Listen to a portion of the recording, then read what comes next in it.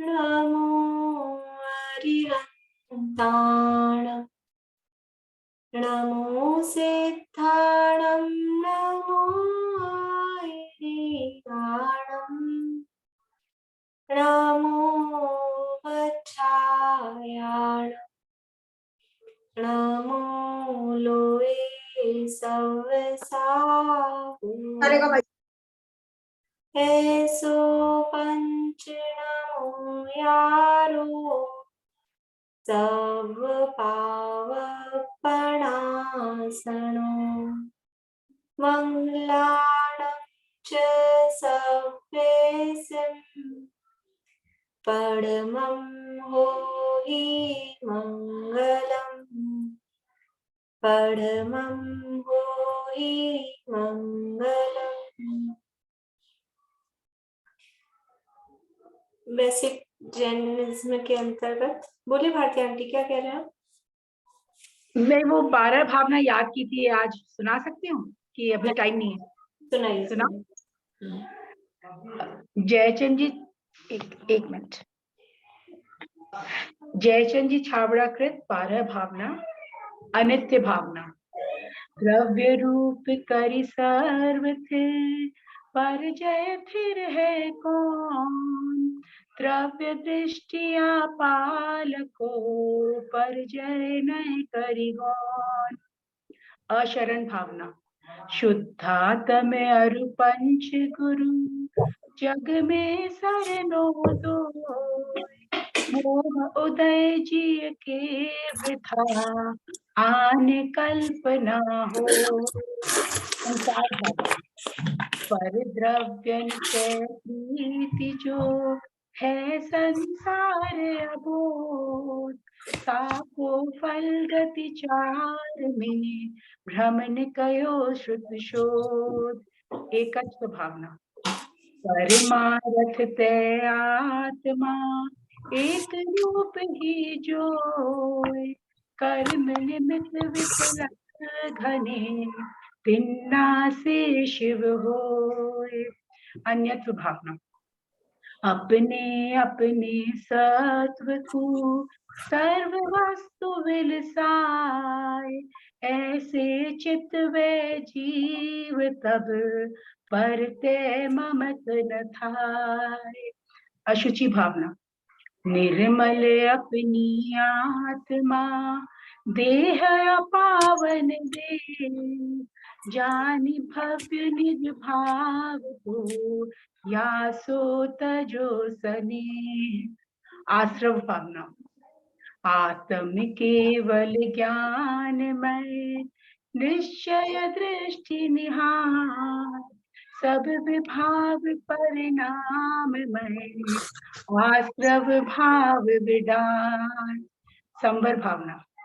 निज स्वरूप में लीनता, निश्चय संवर जानी।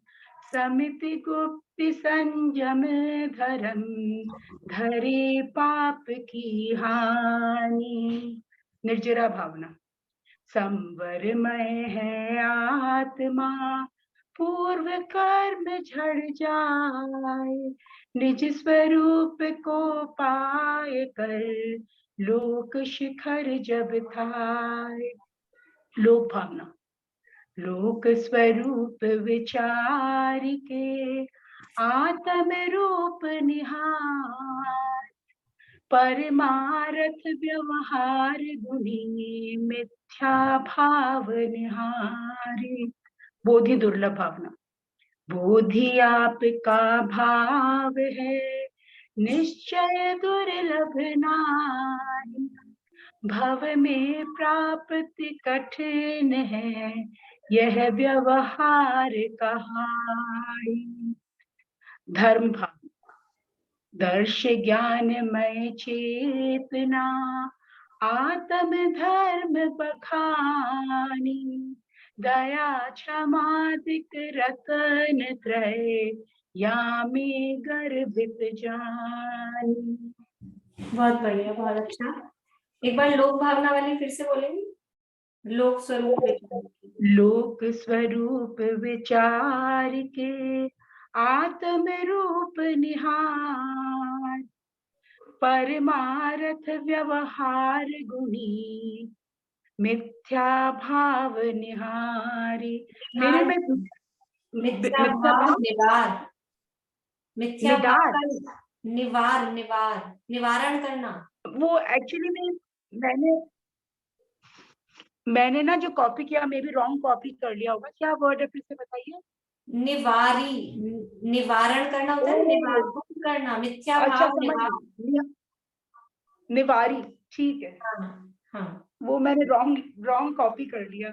हाँ, चलिए, बाकी बहुत अच्छा, बहुत बढ़िया। और सबको ही याद करनी है, आप जब भी याद कर लें जो भी लोग, तो बताते जाएं। आज हमें चर्चा करनी है अंतिम जो अनुबद्ध केवली हुए, उनका नाम है जम्बू स्वामी। जम्बू स्वामी कौन थे कि ये अंतिम अनुबद्ध केवली थे। अनुबद्ध केवली किसे कहते हैं कि कोई एक जीव को मोक्ष हुआ, मतलब कोई एक भगवान मोक्ष गए और उसी समय दूसरे भगवान गए उसी दिन, यानी अनंत भगवान का विरह नहीं हो। जैसे कि महावीर भगवान मोक्ष गए, किस दिन गए? कार्तिक कृष्ण अमावस्या के दिन, दीपावली के दिन महावीर भगवान मोक्ष गए और उसी दिन शाम को गौतम स्वामी को केवल ज्ञान हो गया शाम को, तो वो कहलाते हैं ये अनुबद्ध। फिर गौतम स्वामी जिस दिन मोक्ष गए उसी दिन सुधर्माचार्य को केवल ज्ञान हो गया।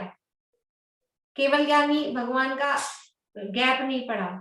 और फिर जिस दिन सुधर्माचार्य मोक्ष गए उसी दिन जम्बू स्वामी को केवल ज्ञान हो गया। तो ऐसे ये 3 अनुबद्ध केवली हुए महावीर भगवान के मोक्ष जाने के बाद में। 3 अनुबद्ध केवली हुए, गौतम स्वामी, सुधर्माचार्य और जम्बू स्वामी। ये जम्बू स्वामी अंतिम अनुबद्ध केवली थे।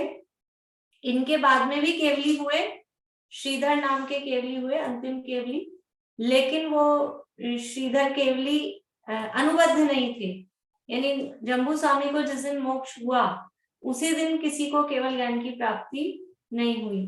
तो इस युग के अंतिम अनुबद्ध केवली वो कौन थे? जम्बू स्वामी। इस युग के अंतिम अनुबद्ध केवली जम्बू स्वामी थे। अब ये जम्बू स्वामी कौन थे? तो यहाँ जो पुस्तक में दी है, अपन जो विद्या ज्ञान पाठमाला भाग 1 के आधार पे पढ़ रहे हैं, वहां तो उसी भाव की उनकी बात दी है, लेकिन थोड़ा पिछले भाव से अपन देखते हैं कि पिछले भाव में यानी एक ब्राह्मण था और वो ब्राह्मण बहुत ही मतलब हिंसा का उपदेश, यज्ञ आदि करने का उपदेश, ये सब वो देता था। अंकल, आप कुछ पूछना चाह रहे हैं?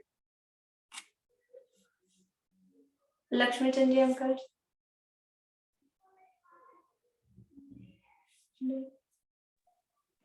मैं ये पूछना चाह रहा था, श्रीधर भगवान को जब केवल ज्ञान हुआ तो हाँ, उसका पता किसने बताया हमको कि उनको आज केवल ज्ञान हुआ है? उनका तो कोई जो ग्रंथ है ना, धवला, तिलोय पन्नती आदि जो सबसे प्राचीन ग्रंथ है, उनमें ये सब उल्लेख मिलते हैं। मतलब कोई केवल ज्ञानी तो बताएगा नहीं फिर। हाँ, ग्रंथों के आधार पे जो अपने मतलब जो सीधे अंग यानी दिव्य ध्वनि के अंश जो माने जाते हैं, जैसे षटखंडागम, कषाय पाहुड़, तिलोय पन्नती, ये उस समय के यानी जो जिनको अंगों के कुछ ज्ञान शेष थे, उन मुनिराजों के द्वारा इन ग्रंथों की रचना हुई है। तो उन ग्रंथों में, तिलोय पन्नती ग्रंथ में ये सब नाम वगैरह सब मिलता है, धवला में भी ये प्रकरण मिलते हैं। उस ग्रंथों के आधार पे हमें मालूम पड़ा महावीर भगवान की दिव्य ध्वनि के द्वारा जो परंपरा से जो चला आया था, उनको ही उन्होंने लिपिबद्ध किया। उस जितनी भी ये जो अपनी चारों ही अनुयोगों की जो भी ग्रंथ अपने को उपलब्ध है, वो सब उसी आधार पे। बोलिए भारती। तो भगवान महावीर की केवल वाणी में तो आया होगा कि ये होंगे, इसलिए लिखा गया। हाँ, ये भगवान महावीर के समय ही जम्बू स्वामी हुए थे। उनके समय ही, उनके जब समाशरण लगा हुआ था तभी जम्बू स्वामी थे, उनके समाशरण में भी जाते थे। लेकिन मोक्ष बाद में गए, है ना। दीक्षा सुधर्माचार्य तो महावीर भगवान के गणधर थे ही थे, सुधर्माचार्य वो महावीर भगवान के गणधर थे। और महावीर भगवान के फिर मोक्ष जाने के बाद में ये जम्बू स्वामी ने दीक्षा ली, लेकिन उससे पहले भी वो दिव्यध्वनि का लाभ वगैरह श्रेणिक राजा के साथ में समावशरण में वहां पे राजगिरी में जाते थे। ये मैं पूछ रही हूँ, अनुपद केवली सिर्फ महावीर भगवान के हुए कि और सब जितने भी तीर्थंकर हुए उनके हुए कोई अनुपद केवली? महावीर भगवान के बाद हुए उन्हीं का मिलता है, बाकी ऐसा विशेष ख्याल में नहीं है कि मतलब पढ़ने में नहीं आया ऐसा कि और तीर्थंकरों के बाद भी इस तरह से अनुबद्ध केवली हुए हैं। देखिए, तो अपन पूर्व भाव की बात देख रहे थे कि पिछले भाव मतलब एक ब्राह्मण था और ब्राह्मण बहुत यज्ञ वगैरह का, हिंसा आदि का उपदेश देता था और उसके 2 पुत्र थे, एक का नाम था भावदेव और एक का नाम था भवदेव। क्या नाम था? भावदेव और भवदेव। भवदेव, ये 2 पुत्र थे और वो ब्राह्मण सब ये हिंसा का, यज्ञ का उपदेश देता था और बाद में जब उसकी मतलब आयु पूरी हुई तो मर गया, मर के नरक आदि दुर्गतियों में गया, खोटा उपदेश खुद देता था। और जो उसके पुत्र थे वो पुत्र भी फिर क्या कि पिता के काम में लग गए, वो भी इसी तरह का ब्राह्मण का अपना यज्ञ आदि का काम करने लगे।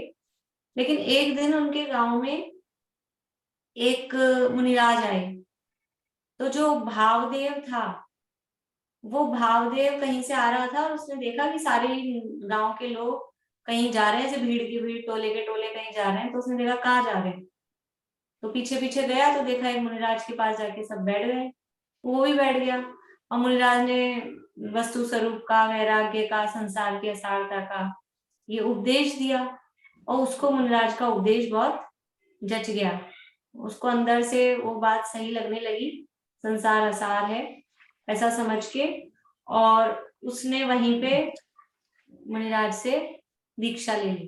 अब आप देखो, ब्राह्मण था, यज्ञ आदि के काम कर रहा था, पहले से ऐसे कोई जैन धर्म का ऐसा नहीं था कि बहुत दिनों से पढ़ रहा है, पहले तत्वों के नाम याद कर रहा है, वालों देख पढ़ रहा है, 2 पढ़ रहा है, कुछ नहीं, मुनिराज का उपदेश सुना, वैराग्य आ गया और मुनिराज ने उसको दीक्षा दे दी। अब बताओ, वो दीक्षा दी जब वो सम्यक दृष्टि था कि मिथ्या दृष्टि था?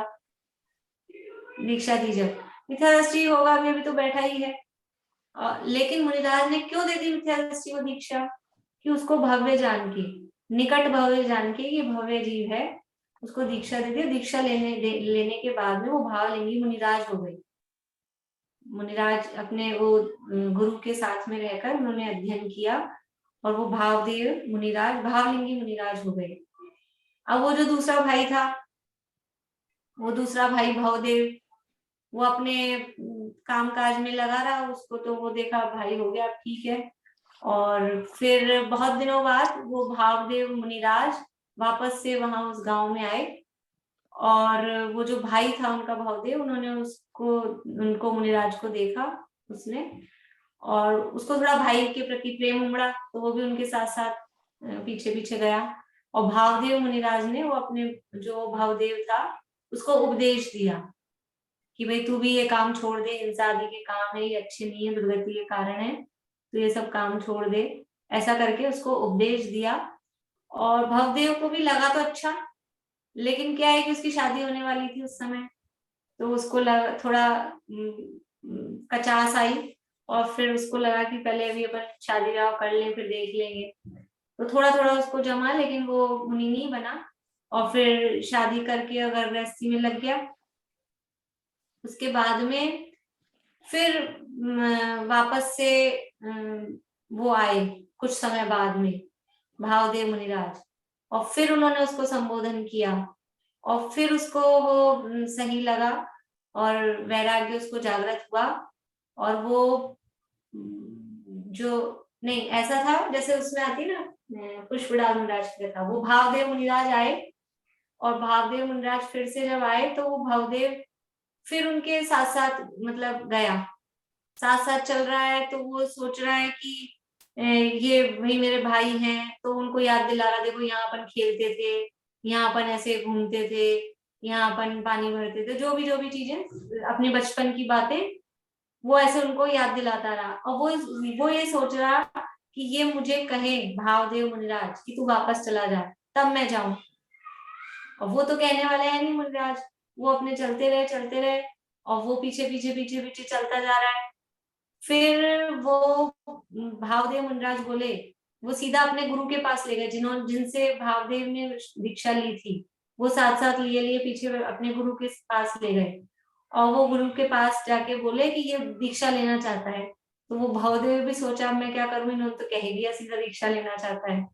तो वो फॉर्मेलिटी में मना नहीं कर पाया, बोला हाँ हाँ मैं दीक्षा लेना चाहता हूँ।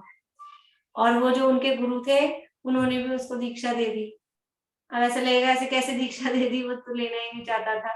लेकिन उसको भव्य जान के, उसको निकट भव्य जान के उसको दीक्षा दे दी।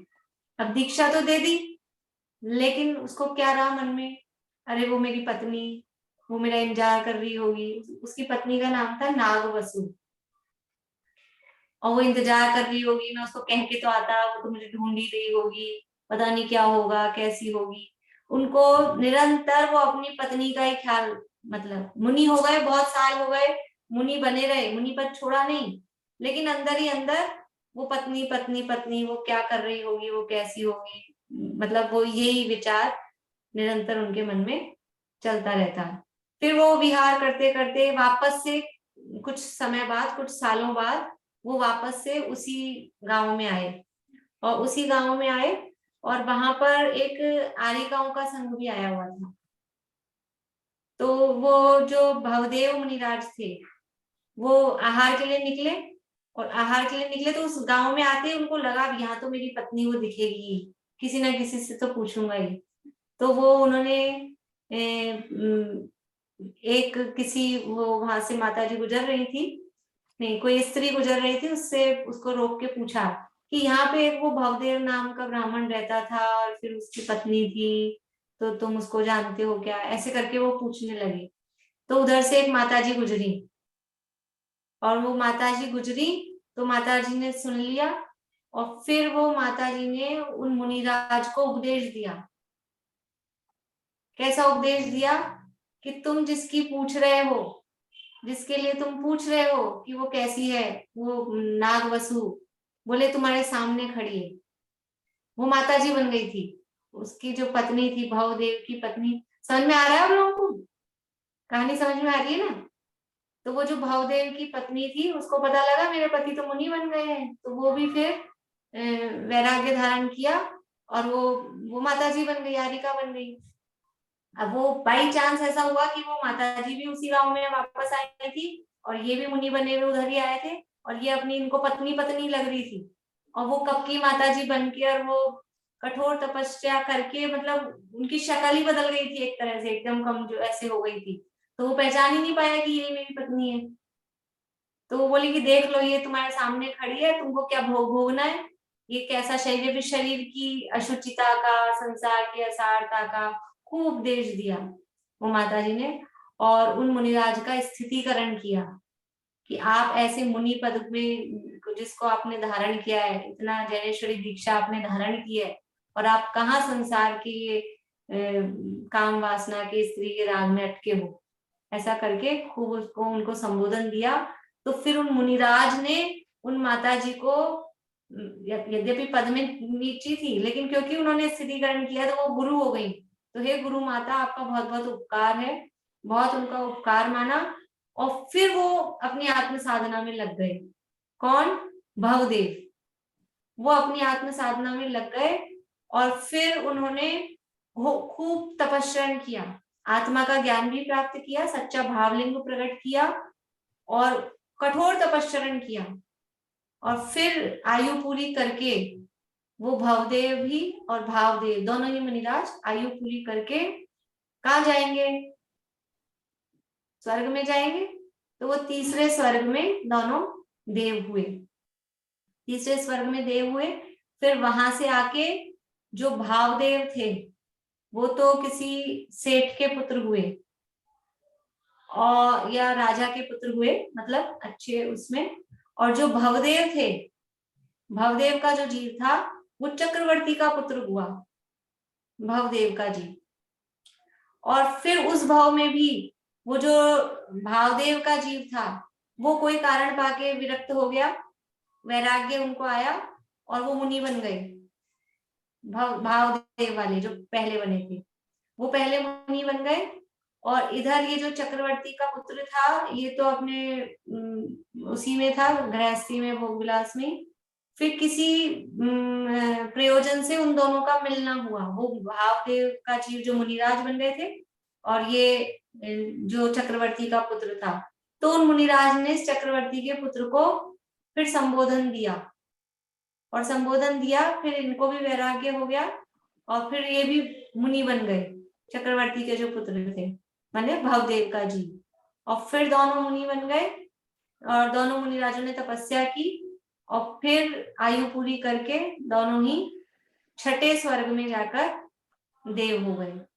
ठीक है, अब वहां से आकर छठे स्वर्ग से जो भवदेव का जीव, भावदेव नहीं, भवदेव का जीव, छोटा वाला जो दूसरा वाला था, भवदेव का जीव, वो वहां से आके ये जम्बू कुमार, जम्बू स्वामी, वो वहां से आके बने।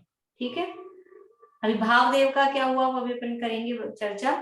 तो शॉर्ट में सुनाइए, आप लोगों को डिटेल में पढ़नी हो तो जम्बू स्वामी चरित्र नाम की थोड़ी बुक है, उसमें पर है बहुत अच्छी, जो उसमें उपदेश वगैरह दिए हैं बहुत अच्छे, वैराग्य प्रेरक हैं, पढ़ने जैसे हैं। बोलिए भारती आंटी। लेकिन भवदेव और भावदेव में तो पहली बार तो हर बार भावदेव ही मुनि बने और भवदेव बने जम्बू स्वामी। और अभी वो जो भावदेव कौन है ये सस्पेंस है, अभी वो अभी अच्छा, थोड़ी देर में खुलेंगे। और जो उनकी पत्नी थी वो इनका उनका कुछ जन्म में बाद में कनेक्शन नहीं हुआ। उसका आगे फिर बाद में नहीं है कोई, वो जो आरिका हाँ, बन गई वो भी स्वर्ग में ही गई होंगी, निश्चित रूप से स्त्रीलिंग तो छेद दिया होगा, तो देव बनी होंगी, फिर वो भी मोक्ष चली ही गई होंगी अगले भाव में निश्चित रूप से।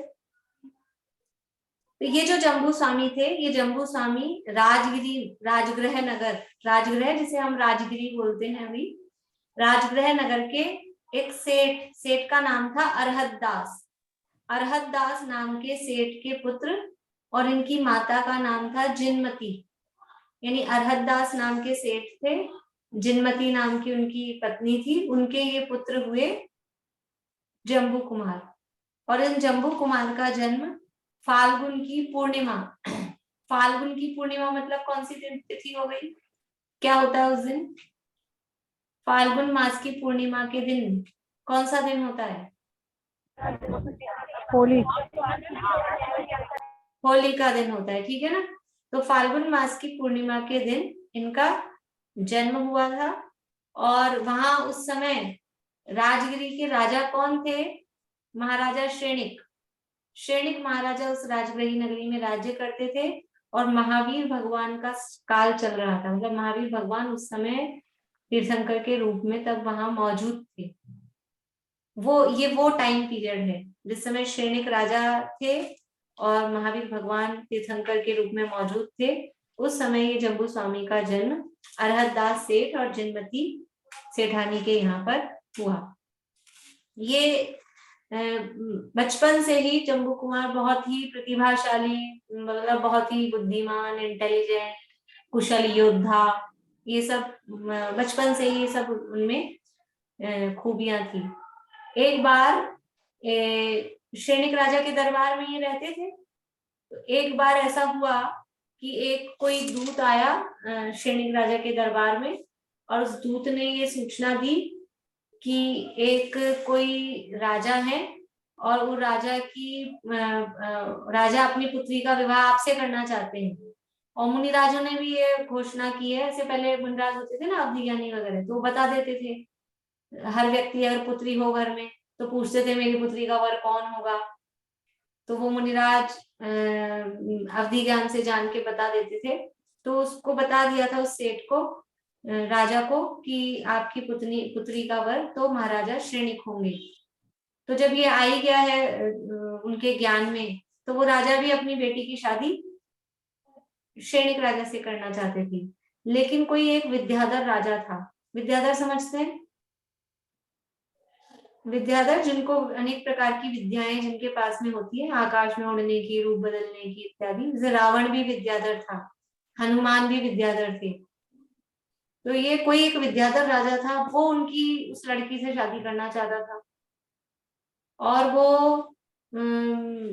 उस जिस राजा की वो बेटी थी, उस राजा पर वो चढ़ाई करके रख रखा था, उस राजा को चारों तरफ से घेर रखा था। मतलब वो मान नहीं रहा था, उसको उस लड़की से शादी करनी थी, राजकुमारी से। तो एक दूत आया राजा श्रेणिक के दरबार में कि वो ऐसी ऐसी बात है, वो लड़की की शादी तो आपसे करना चाहते हैं, लेकिन वो विद्याधर राजा बीच में परेशान कर रहा है। तो राजा श्रेणिक तैयार हुए कि चलो ठीक है, अपन चलते हैं, युद्ध करते हैं, शादी भी कर लाएंगे और उसको निपटा भी देंगे।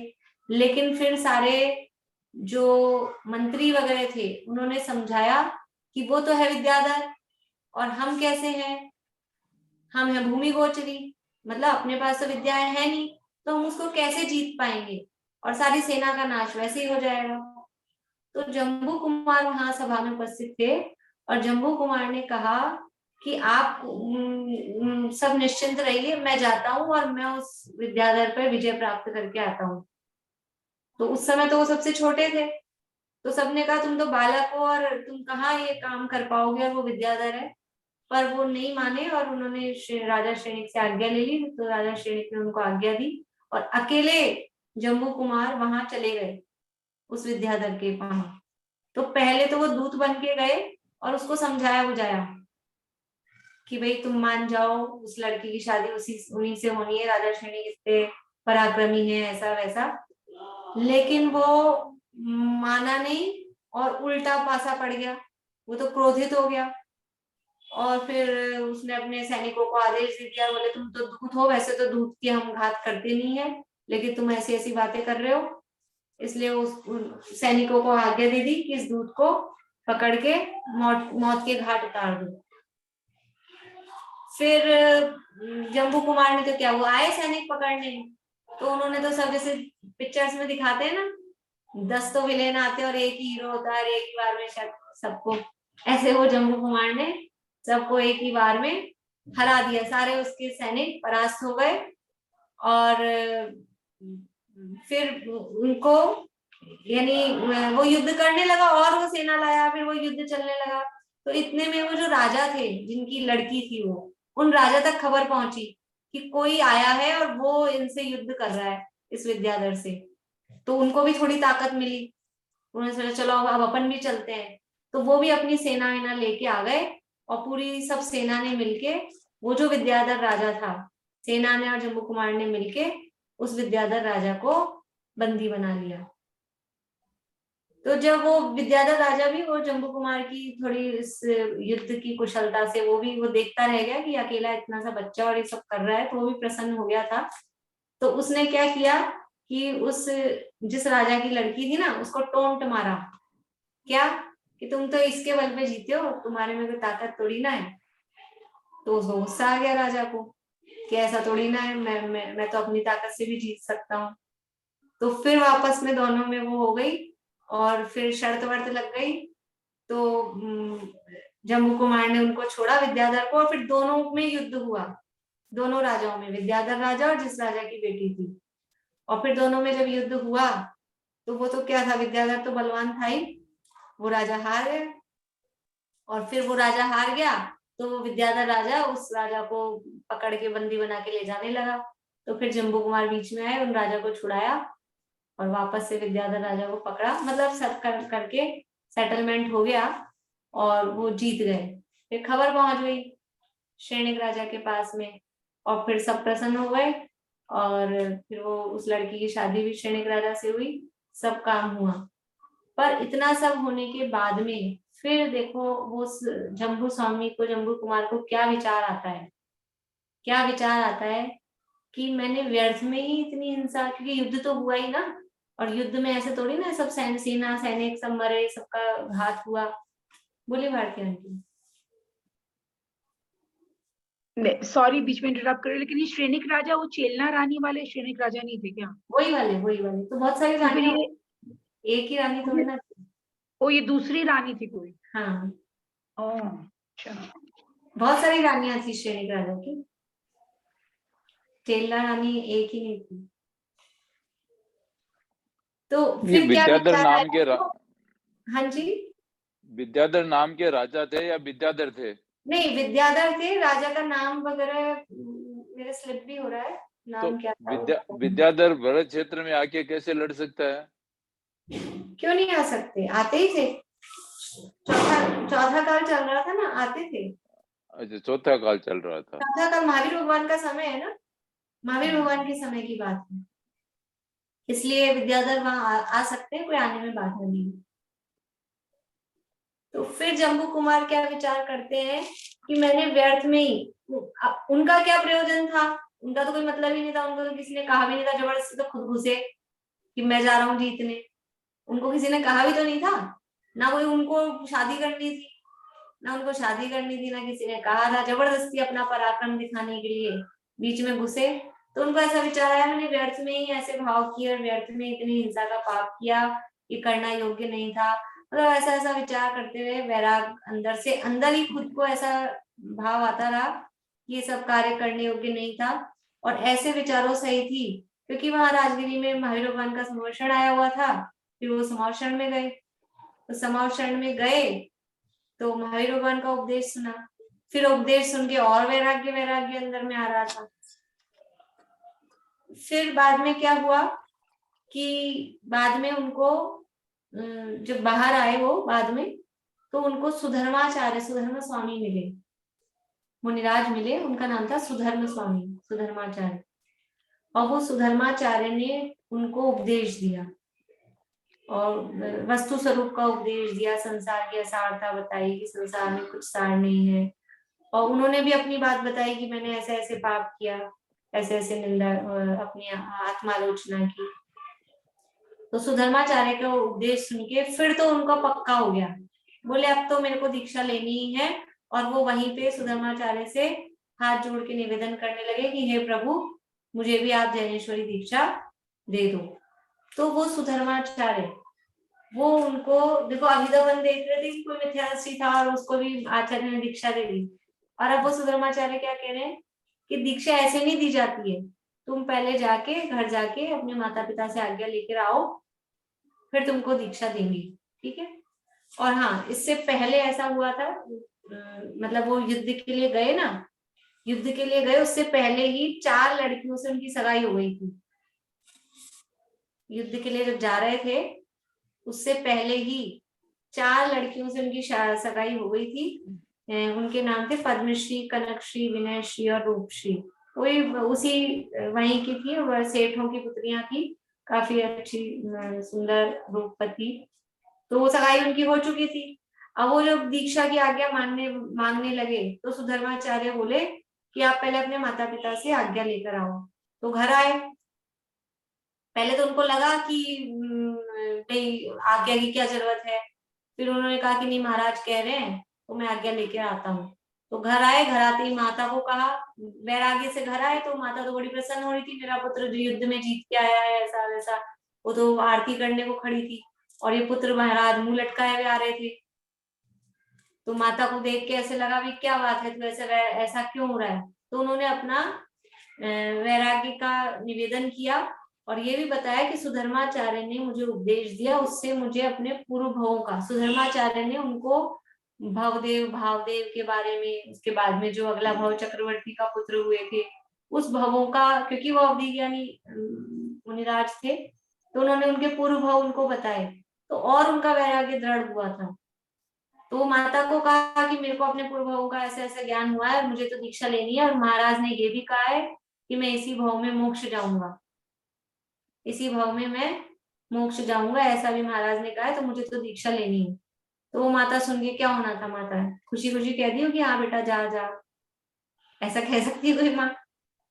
वो माता का रोना धोना चालू हो गया, रोने लग गई कि अभी तो तेरी शादी होनी है, अभी तेरी उम्र ही क्या है, और ये वो चालू।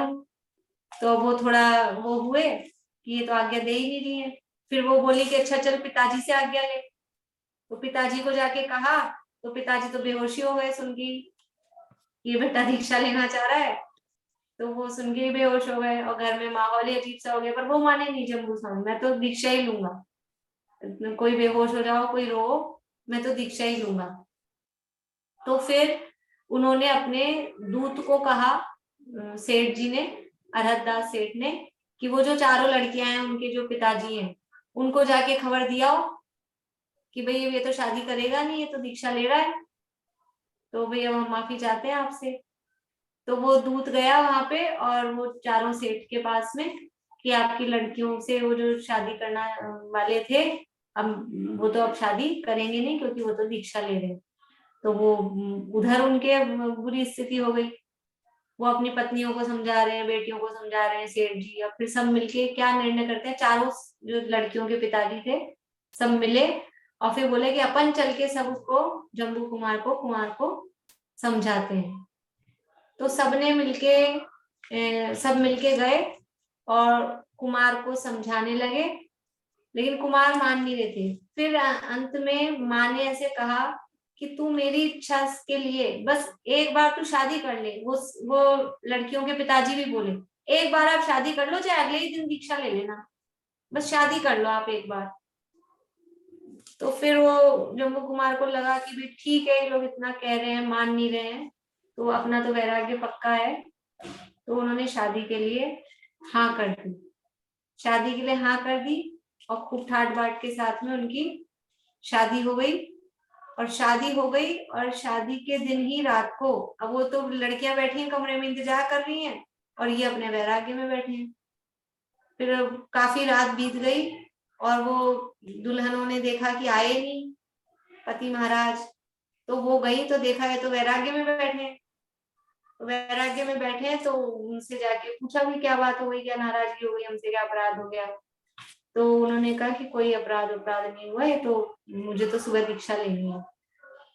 फिर उन चारों ने बहुत कोशिश की, खूब अपना यानी सब तरह से अपनी बातों से, अपने हाव भाव से, और पूरी रात भर उनकी डिस्कशन चलता रहा।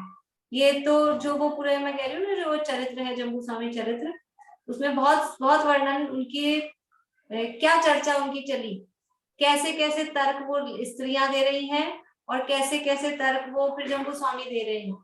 वो स्त्रियां उनको तर्क दे रही हैं कि ऐसा भोग भोगना चाहिए, कि इस तरह से, या हम ऐसे हैं, अपनी अपनी तरह से वो बता रही हैं और ये उनकी सब बातों को निरस्त करते जा रहे हैं।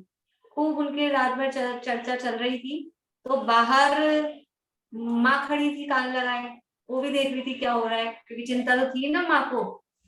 तो कान लगा के बाहर माँ खड़ी थी और उनका डिस्कशन होते होते अंत में ये हुआ कि वो चार मिलकर एक जम्बू कुमार को समझा नहीं सकी। देखो, जिसका वैराग्य दृढ़ होता है, जिसका वैराग्य दृढ़ होता है, उसको कोई विचलित करने वाला नहीं होता। हम बहाने लगाते हैं, इसके कारण ऐसा हो गया, ये तो ऐसा है, इसके कारण मैं ऐसा नहीं कर पाती हूँ, उसके कारण। लेकिन अगर अंदर में खुद की दृढ़ता है तो कोई हमको रोकने वाला नहीं है। तो जम्बू कुमार दृढ़ थे, वो चार चार स्त्रियां मिलके रात भर में उनको राग रंग में नहीं उलझा सकी। और जम्बू कुमार ने ऐसा उपदेश दिया कि वो चारों हाथ जोड़ के उनके चरणों में पड़ गई कि अब तो हम भी, आपकी बात सत्य है, संसार में कुछ सार नहीं है, हम भी आपके साथ दीक्षा लेंगे। फाइनल में, एंड में ये डिसीजन हुआ। तो माँ ये जब सुन रही थी तो ये सुनते सुनते माँ तो रोने लग गई, बाहर रोने लग गई। तो आवाज आ गई पत्नियों को, तो वो देखी भी, सासू माँ आप क्यों रो रही हो? तो उन्होंने कहा कि ये तो जा ही रहा था, तुम भी जा रही हो, तुम कैसे सहन करोगी, मुनि दीक्षा में इतने कष्ट होते हैं, जंगलों में ऐसा होता है वैसा होता है। ये सब सुन के फिर इतने में क्या हुआ कि एक चोर आया हुआ था वहां उनके महल में। क्यों आया हुआ था? देखो, पता लगता है ना चोरों को भी कि यार इनके घर में शादी है। तो शादी है का मतलब क्या है कि माल ताल तो आएगा ही दान दहेज में, और सबके माल निकलेंगे भी शादी में पहनने को। तो चोर भी उसी दिन की उम्मीद में बैठे रहते हैं। तो एक चोर, उसका नाम था विद्युच्चर। विद्युच्चर नाम का चोर अपने 500 साथियों के साथ वहां आया था चोरी करने। और वो बैठा था कि ये कब सोए और मैं कब हाथ साफ करूं। अभी तो सो ही नहीं रहे, इनका तो प्रवचन चल रहा, तत्व चर्चा चल रही, सोने को ही तैयार नहीं। वो बैठा तो माँ ने देख लिया कि ये कौन बैठा है, तो फिर उसने मतलब उनकी चर्चा सुनकर उस चोर को भी वैराग्य आ गया।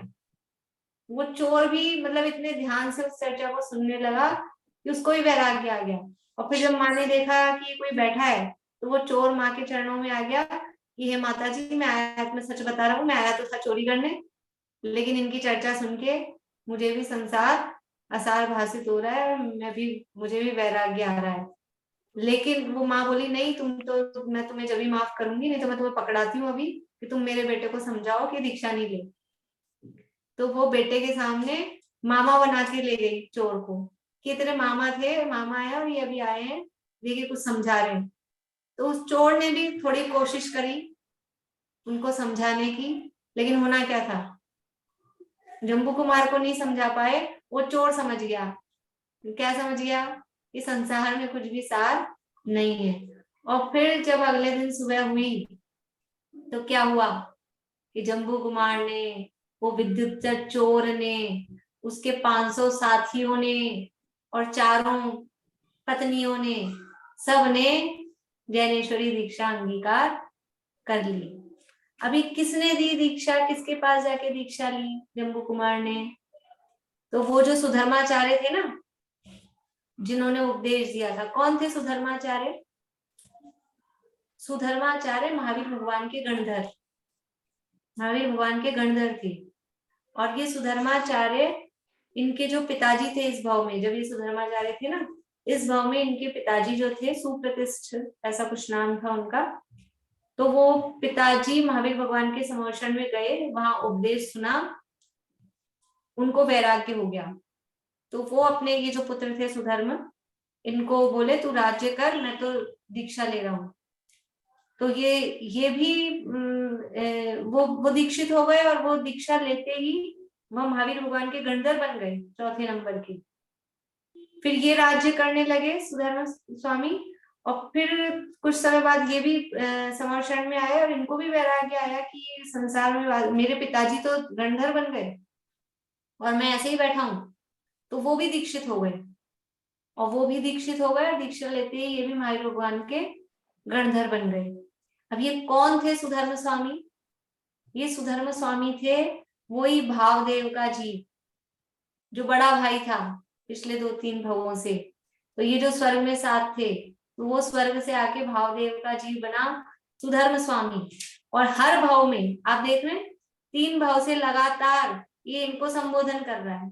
भावदेव के भाव में किया, फिर अगला जो भाव हुआ था जिसमें ये भावदेव चक्रवर्ती के पुत्र बने थे, वहां पर भी इस जीव ने उनको संबोधन किया। और इस भाव में भी सुधर्माचार्य के संबोधन से ही उन्होंने पूर्व भाव आदि का ज्ञान कराया, तो इनका वैराग्य दृढ़ हुआ। तो ऐसा निमित्त नैमित्तिक ऐसा संबंध होता है। पूर्व भाव के इस तरह के स्नेह भी वो कुछ होते हैं, वो लगे रहते हैं। तो उन्होंने उनको उपदेश दिया, और ऐसे सुधर्म स्वामी के निकट जाके उन्होंने दीक्षा ली। और जिस दिन सुधर्म स्वामी को निर्वाण की प्राप्ति हुई, मोक्ष की प्राप्ति हुई, उसी दिन जम्बू स्वामी ने केवल ज्ञान की प्राप्ति की। और फिर उसके बाद में जम्बू स्वामी का भी उपदेश भी हुआ, गौतम गणधर का भी, सुधर्म स्वामी का भी, और जम्बू स्वामी का भी। तीनों ही उपदेश केवली, उपदेश देने वाले केवली थे, मुख केवली नहीं थे। इनका उपदेश भी हुआ। और उसके बाद में 18 वर्ष तक इनकी उपदेश होता रहा। जम्बू स्वामी का पूरे भारतवर्ष में विहार होता रहा, और अंत में मथुरा से वो मोक्ष पधारे। इसके भी 2 प्रमाण मिलते हैं। एक कथन ऐसा भी मिलता है कि जम्बू स्वामी राजगिरी से, विपुलाचल से मोक्ष गए, और ज्यादा प्रसिद्ध ये है कि जम्बू स्वामी मथुरा से मोक्ष गए, ये प्रसिद्ध है। बाकी जो जम्बू स्वामी जो चरित्र है, पंडित राजमल जी ने जो लिखा है, उसमें उन्होंने विपुलाचल से, राजगिरी से ये मोक्ष गए। इस प्रकार से ऐसे ये जम्बू स्वामी का चरित्र है। इस जम्बू स्वामी चरित्र को सुनकर हमको क्या प्रेरणा मिलती है? कि जम्बू स्वामी का चरित्र हमने सुना, इस जम्बू स्वामी के चरित्र को सुन के हमको क्या शिक्षा मिलती है? बोलिए भारती। नहीं, मैं पहले तो एक क्वेश्चन पूछना चाह रही थी। मूक केवली और जो बोल सकते हैं केवली, तो ये फिर से मतलब बोलिए। केव मूक मूक केवली आपने बोला ना कि मूक केवली और उपदेश देने वाले केवली, तो ऐसे मतलब आप केवल ज्ञान होने के बाद में उपदेश भी मतलब बोल के दे सकते हैं? बोल के मतलब जैसे दिव्य ध्वनि खिड़ती ना तीर्थंकरों की, अच्छा, मुंह वैसे। नहीं हिलता है, हाँ, वही मैं पूछ रही थी। तो उसको अ, लेके उपदेश देना, तो बोलेंगे खिड़ती तो मतलब होठ नहीं हिलते हैं, लेकिन वो मुख से ही खिड़ती है, ऐसा ही क्या कहा जाता है। तो उनकी जो वाणी खिड़ी, वो उसको उपदेश ही बोलेंगे। उपदेश के ऐसा उपदेश जिसे अपन देते हुए दिख रहे हैं, ऐसा नहीं होता है। वो वही। जैसे तीर्थंकरों की दिव्य ध्वनि खिड़ती है, उसी तरह से जो सातिशय केवली होते हैं, उपदेश देने वाले केवली होते हैं, उनकी भी उसी तरह से वाणी खिड़ती है। दिव्य ध्वनि ही बोले, कोई दिक्कत नहीं है। बोलिए अंकल।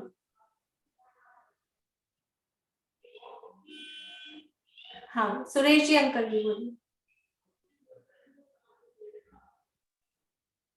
तीर्थंकर की खिड़ती है दिव्य ध्वनि, तो साधारण केवली की भी खिड़ती है क्या? साधारण केवली की भी वाणी खिड़ती है ना, खिड़ सकती है। जैसे ये जो तीनों थे साधारण ही, मतलब उनके तीर्थंकर उनके नहीं है। उनके तो जैसे गणधर होते हैं, वो उसको समझते हैं, फिर अपने पास आती है। इनकी का क्या जरिए? इनके भी समोषण में कोई ना, वो श्रोता तो होते ही हैं, तो जो भी श्रोता होते हैं, उनमें जो भी मुनिराज होते हैं, वो उसको झेलने वाले होते हैं। तो वाणी तो खिड़ती है उनकी भी। उनके जो वाणी को झेलने वाले गणधर नाम के नहीं होते हैं, लेकिन उनकी भी जो गंधकुटी होती है, उस मतलब जो उनकी सभा होती है, उसमें कोई ना कोई मुनिराज इस तरह के होते हैं कि वो उस वाणी को झेलते हैं। ठीक। तो इस तरह से ये जम्बू स्वामी कौन थे? पूर्व भाव में भवदेव नाम के ब्राह्मण थे, फिर मुनि बने, फिर स्वर्ग गए, फिर चक्रवर्ती के पुत्र हुए, फिर स्वर्ग गए, और फिर वहां से आकर ये जम्बू स्वामी हुए, और महावीर भगवान के महावीर भगवान के काल में उनके अनुबद्ध केवली के रूप में ये हुए। अब इस कहानी से हमको क्या शिक्षा मिलती है, क्या समझ में आया? शशि जी, आपके साथ कौन बैठे हैं आज? कुछ समझ में आया आपको? अनम्यूट करिए। हाँ, नहीं समझ आया बहुत अच्छे से। क्या समझ आया इस कहानी से आपको? बोलो, क्या कुछ तो आया होगा ना। चलिए शशि जी, आप मुझे तो 3-4 बातें ऐसे लगी। एक तो पहली बात तो शुरू में ही आपने कहानी शुरू करी, उसमें मतलब जैसे किसी से संबंध हो तो कई जन्मों तक चलता है, एक तो ये बात है। फिर है कि संबोधन का भी, जैसे संबोधन का भी असर तो पड़ता है बहुत, कहाँ से कहाँ कौन सा जीव कैसा और कैसा हो जाता है, चोर के भी भाव बदले। फिर वो साधारण गृहस्थ जवान था, उसको शादी करनी थी, फिर भी उसको वितरागता आई, तो वैसे बहुत। और फिर वितरागता आने के बाद और फिर माहौल भी हुआ, तीर्थंकर के माहौल का प्रभाव, तभी बात है इसमें। मतलब ये है कि जो भी है वो बाहर का प्रभाव ज्यादा, बाहर का भी जैसा माहौल होता है उसका प्रभाव। वर्तमान युग में तो बाहर का भी प्रभाव ज्यादा। हाँ हाँ। चलिए ठीक है। और सुनीता आंटी बोलिए, म्यूट कर लीजिए आप। हाँ, इससे वैराग्य की भावना जागृत होती है इस कहानी से सुनकर। वैराग्य की प्रेरणा मिलती है कि किस तरह से वैराग्य, मतलब शादी जैसा प्रसंग, अभी अभी शादी हुई है, हम तो दूसरे की शादी हो, शादी के घर में बैठे हो, तो हमको धर्म की चर्चा समझ नहीं आती, उपयोग नहीं लगता है, ऐसा हो जाता है। वो खुद की शादी हुई है, अभी शादी हुई है, और वो वैरागी बने बैठे हैं। और चलो वो तो पहले से वैरागी थे, वो जो लड़कियां, वो तो रागी थी ना, वो भी वैरागी हो गई। और वो तो चोरी करने आया था, चोर, उसको तो कोई मतलब ही नहीं था शादी ब्याह से, उसको तो अपने धन से मतलब था। वो चोर भी वास्तव में चोर नहीं था, वो चोर भी राजा का बेटा था। लेकिन उसको सब कुछ तो आता था। उसने सोचा एक ये वाला अपने को कला नहीं आती है, कौन सी कला, चोरी की कला, तो जरा ये भी सीखी जाए, हम सब कलाओं में निपुण हैं। तो ये करके वो चोरी करने सीख लगा, और उसके 500 मित्र थे, वो भी सब उसके साथ लग गए। ऐसे करके वो चोर, वरना वो पेशे से चोर नहीं था, वो तो राजा का पुत्र ही था। इसीलिए कुल का असर पड़ता है। वो अंदर से, क्योंकि वो अंदर से उच्च कुलीन था, तो उसको वो जो उपदेश था वो जल्दी से ग्रास्प हो गया। अगर वो नीच कुलीन ही होता तो हो सकता था कि वो जल्दी से, वो तो अपने को चोरी से मतलब है, अपने को क्या मतलब है, वो ये सोच सकता था। लेकिन कुल का भी वो असर कहीं ना कहीं रहता है, क्योंकि वो जिस तरह से मतलब निमित्त नैमित्तिक संबंध है इनका। बोलिए आशांति, आप बोलिए। मैं तो ये सोच रही हूँ कि हम लोगों में ऐसा वैराग्य क्यों नहीं होता, उसका कारण एनालाइज कर रही हूँ। मतलब ये ऐसा क्यों नहीं होता हमारे साथ। हम तो बहुत बड़े बड़े चीजें देखते हैं, डेथ इतना देख रहे हैं, कुछ नहीं होता। हमारे साथ क्यों नहीं होता, मैं तो ये एनालाइज कर रही हूँ कि मतलब हमारे में क्या प्रॉब्लम है। हमें अपने परिणामों की कठोरता है कि हमारे परिणाम ऐसे क्यों नहीं दिखते हैं। मैं काल का फर्क भी होगा। काल का फर्क तो हम कहेंगे, देखो खुद का जब देखना है तब काल पे दोष नहीं लगाना हमको भी चाहिए। कितना अच्छे अच्छे हम लोग भी दूसरों के लिए कह सकते हैं काल का फर्क है, लेकिन अपने ऐसे लिए तो अपनी ही कमजोरी है। ऐसे अवधि ज्ञानी मुनि भी तो नहीं मिलते हमको। ना मिले, अब जिनवाणी अपने को पता, तो ये तो समझ में आ रहा है ना कि जैसे उनके कोई अवधि ज्ञानी महाराज ने उनको पूर्वभाव बताए, तो हमारे भी कोई ना कोई पूर्वभाव होंगे ना, उसमें कुछ ना कुछ घटना हुई होगी ना। ये प्रसंग कम वैराग्य के लिए अपने को कम है। हमको तो कोई वैराग्य आने की बात होती है, फटाफट दूसरा बहाना मिल जाता है, अरे तबीयत ठीक नहीं है, अरे इसलिए हमको ये प्रेरणा मिलती है कि हम अपने वैराग्य को पुष्ट करें, हम अपनी कमजोरी को देखें कि कमजोरी हमारी ही है, इससे अपनी कमजोरी को दूर करने का प्रयास करें। बोलिए भारती आंटी। मैं कह आप लोग रही म्यूट थी करते जाइएगा बोलने के बाद में। फिर ये प्रथमानुयोग की सब कहानियों में, मतलब मैंने जितनी भी पढ़ी हैं, सब में पहले पिछले भाव का साथ बहुत भावों तक रहता है। तो ये एक्चुअल में मतलब हम लोग के साथ भी ऐसा ही कुछ होता होगा। होता भी है, नहीं भी होता है, मतलब कुछ जीवों का साथ चलता भी है, कुछ जीवों का नहीं भी। जैसे वो जो हमारी माता जी बन गई थी नागवसु वारिका, अब उसका कोई आदमी आगे नहीं है, और इन दोनों भाइयों का चलता रहा 2-3 भावों तक। नहीं, जैसे पार्श्वनाथ ये का नहीं मठ, चलता। पार्श्वनाथ भगवान का मठ का भी 10 भव तक, और ऐसे करके जितने भी पढ़े हैं सब प्रसंग में पिछले भव के ही सब बैरी मतलब होते हैं। इसका कोई ऐसा नियामक ऐसा नहीं है, हार्ड एंड फास्ट रूल नहीं है कि चलेगा ही कि नहीं चलेगा, चल भी सकता है, नहीं भी चल सकता है। बोलिए वर्षा जी। ये इससे अपने को प्रेरणा मिलती है कि स्व का उपादान के लिए पुरुषार्थ करें, कि जैसे जैसे उनको उपदेश मिला तो उस पे उन्होंने चिंतन किया, और चिंतन करके अपने संसार की असारता देख के उनको विचार आया कि अपने को अब दीक्षा लेनी है। वो ब्राह्मण के कुल में जन्मे थे, पर उनको जैनेश्वरी दीक्षा लेने के भाव आए, क्योंकि उनको वस्तु स्वरूप का ख्याल आया। बढ़िया, यानी अपने उपादान को देखने का इससे अपने को प्रेरणा मिलती है कि हम अपने को देखें, हम दूसरों को, अब दूसरों की तरफ, बाहर की तरफ हम नहीं देखें। ब्राह्मण में जन्मे तो क्या हुआ, यानी एक तो हम ये देखें कि वास्तविकता क्या है, निर्णय करने की आदत डालें। उसने निर्णय किया, भावदेव ने निर्णय किया तो वो दीक्षा ले पाया। इसलिए हम खुद अपने उपादान से निर्णय करने का प्रयास करें, वास्तविक वस्तु स्वरूप क्या है। बढ़िया, प्रीति बोलोगे आप? मैं भाभी ज्यादा सुन नहीं पाई तो हाँ, ले नहीं पाई क्लास आज। अच्छा, चलिए, और कौन बोलना चाहते हैं? हाँ, विनीता आंटी बोलिए।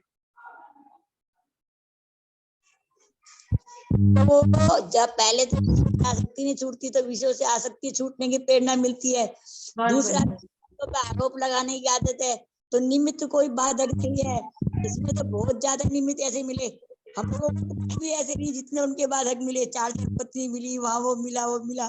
बढ़िया, तो पे आरोप लगाना छोड़ना चाहिए, अपनी दृढ़ता करनी चाहिए, अपनी विषयों की आसक्ति मिटानी चाहिए, मतलब उपादान में जागृति के लिए विषयों से आसक्ति हटाना, दूसरों पर आरोप लगाना छोड़ना और अपनी जड़ता करने के लिए शिक्षा मिलती है जी। बहुत बढ़िया।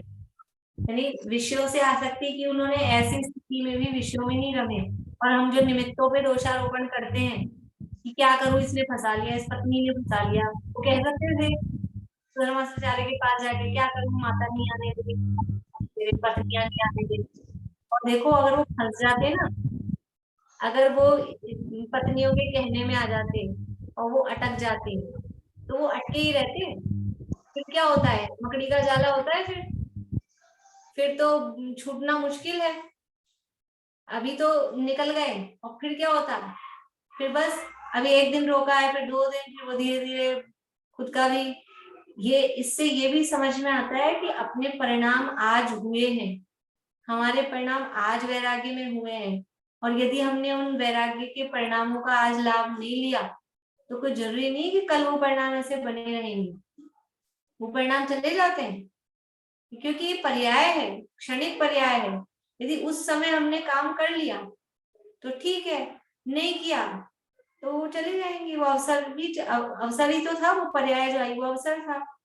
तो जो अवसर हमको मिला है उस समय वो काम कर लेना चाहिए, बाद में कर लेंगे कि फिर मिल जाएगा अवसर, ऐसे भरोसे में नहीं रहना चाहिए। बोलिए भारती जी। सुधर्माचार्य जी जो थे, उन्होंने तो अवधि ज्ञान से उनको बता ही दिया था कि इसी भाव से मोक्ष जाएंगे, तो उससे भी दृढ़ता तो आई होगी ना उनको कि मैं इसी भाव से मोक्ष जाऊंगा। तो नहीं तो मतलब मेरा मतलब है कि क्रमबद्ध भी तो है ना सब। मैं एक तो ऐसा भी हो सकता है मैं इसी भाव से मोक्ष जाऊंगा तो ठीक है, भोग लूं, लेकिन मैं इसी भाव से मोक्ष जाऊंगा इसलिए उनकी क्रमबद्ध में क्योंकि मोक्ष जाना था, तो उनके भाव भी आए कि मैं दीक्षा ले लूं। ये नहीं आया कि मैं तो मोक्ष तो जाऊंगा ही, तो भोग लूं अभी। तो क्रमबद्ध के हिसाब से भाव भी उसी क्रम में चलते, उनको वैराग्य ही आया। एक बात बोलनी थी इसी बात पे। हाँ बोलिए। एक बात बोल रही थी, बात ये आएगी, इतनी कमजोरी मेरे साथ रही, अपनी कमजोरी बता रही। शादी से पहले मुझे बहुत वैराग्य था, मेरे पापा ने मेरी जबरदस्ती शादी करी, तो आज क्या हुआ? मैं आपको अपनी बात बता दी, मेरी साथ थी ये बात। 74 में हम वहां पर गए थे पंचकल्याण में, सोनगढ़ में। मेरी इच्छा थी पापा से कहा शादी नहीं करानी, लेकिन नहीं, वो इतनी कमजोरी थी, इतनी कमजोरी थी, इसलिए आज हंसी आ रही है कि वो कहाँ फंस गई।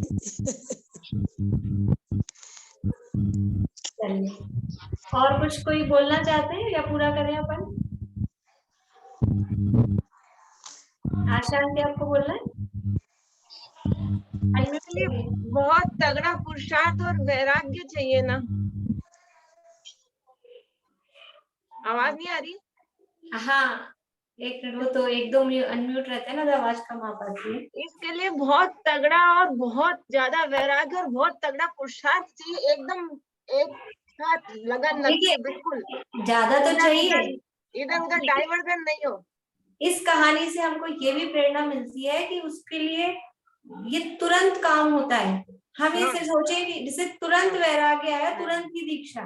हम सोच रहे हैं कि बहुत, अब वो जो 4 उनकी बेटियां थी, राजकुमारियां थी, वो तो उन्होंने कौन सा कोई अभ्यास किया कि हम पहले थोड़ा ट्राई तो कर ले। हम क्या सोचते हैं, हमारे को तो अभ्यास ही नहीं है, हमको तो आता ही नहीं है, हमने तो कभी एक टाइम ही नहीं खाया, हमने तो कभी व्रत ही नहीं किया। कितनी वो अनंतमती की कितनी कहानियां पढ़ ली, कोई असर होता कहाँ है? एकदम बहुत तगड़ा वैराग्य और बहुत तगड़ा पुरुषार्थ एकदम हो। आप ऐसा मत सोचिए असर नहीं होता, असर होता है अंदर से ये विचार करने की, वो कर सके ना, वो कर सके ना, हम भी कर सकते हैं, कर पाएंगे। पॉजिटिव सोचिए, पॉजिटिव थिंकिंग रखनी चाहिए।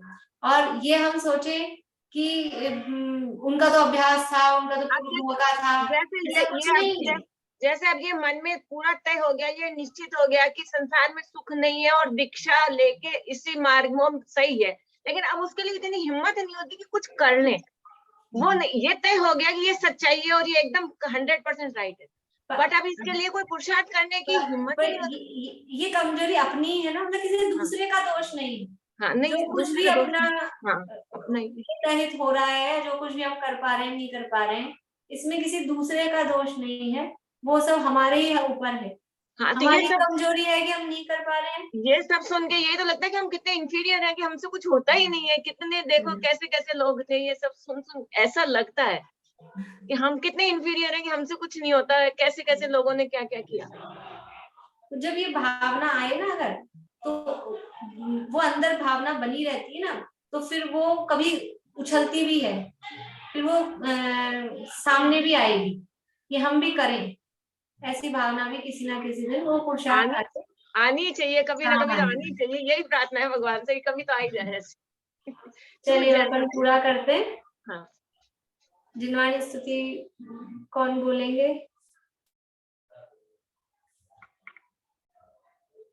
कोई बोलना चाह रहे हैं जिनवाणी स्तुति? मिथ्यातम नास्ले को, या चलो प्रीति बोलो।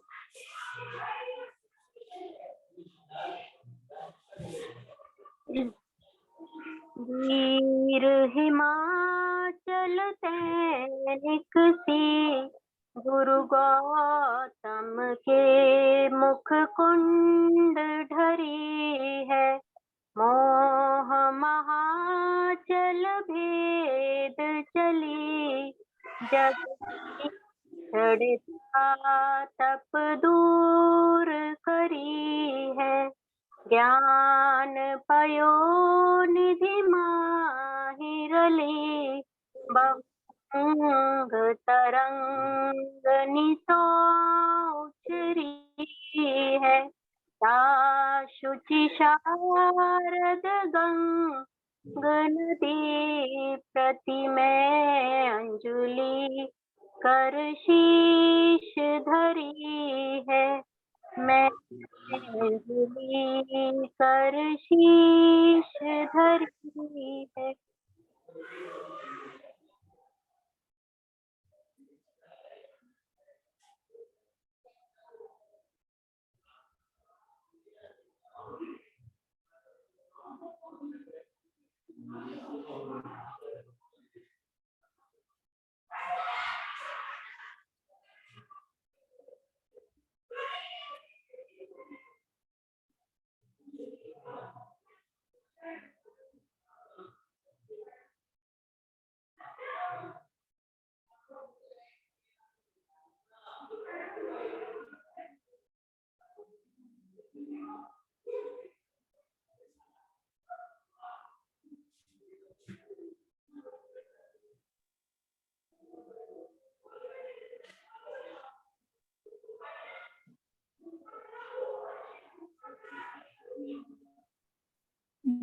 आश्रम में जिनवाणी माता की जय।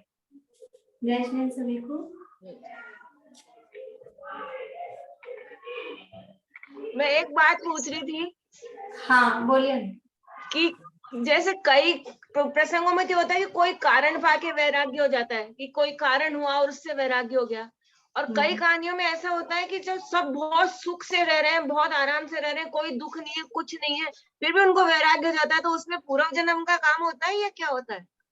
पूर्व जन्म के भाव होते हैं, क्या होते हैं? कईयों को तो कारण पाके वैराग्य होता है। पूर्व जन्म के संस्कार तो होते ही हैं, पर कुछ ना कुछ माइनर निमित्त तो होता ही है बाहर में। जैसे वो परिहार विशुद्धि वाले टाइप हो गए, जैसे 30 वर्ष तक सुख से भले रहे और इसको सफेद बाल दिख जाए, या उम्र ही कि अब मेरी उम्र होगी, क्योंकि पहले तो एक परंपरा थी ना कि राजा है, फिर वो राज्य करा, फिर अब पुत्र योग्य हो गया तो वो दीक्षा लेके जाना है। हाँ, वो तो वो वानप्रस्थ आश्रम वाला टाइप हो गया। तो एक अपनी आयु हो गई है, वृद्धावस्था आ गई है, वही एक निमित्त हो गया। तो माइनर निमित्त तो कुछ ना कुछ बाहर में होगा ही, और पूर्व भाव के संस्कार भी उसमें कारण होते हैं। और वो पूर्व भाव के नहीं भी हो तो बाहर में कोई ऐसा उपदेश आदि का निमित्त, कुछ ना कुछ निमित्त होता ही है। उसी को जो आज अपन ने देखा था ना, प्रत्येक बुद्ध और बोधित बुद्ध, तो एक तो बाहर अच्छा आपको निमित्त दिख रहा है कि इनके निमित्त से आपको वैराग्य हुआ, तो वो बोधित बुद्ध। और एक ऐसा है कि सहज रूप में अब उम्र हो गई थी इसलिए दीक्षा ले रहे हैं, तो वो प्रत्येक बुद्ध के अंतर्गत आ जाए। नहीं, उम्र होने के बाद भी भाव हो जाए ऐसे, वो भी वो भाव उम्र होने के बाद भी वो भाव उसी हिसाब से। चलिए, जय श्री राम।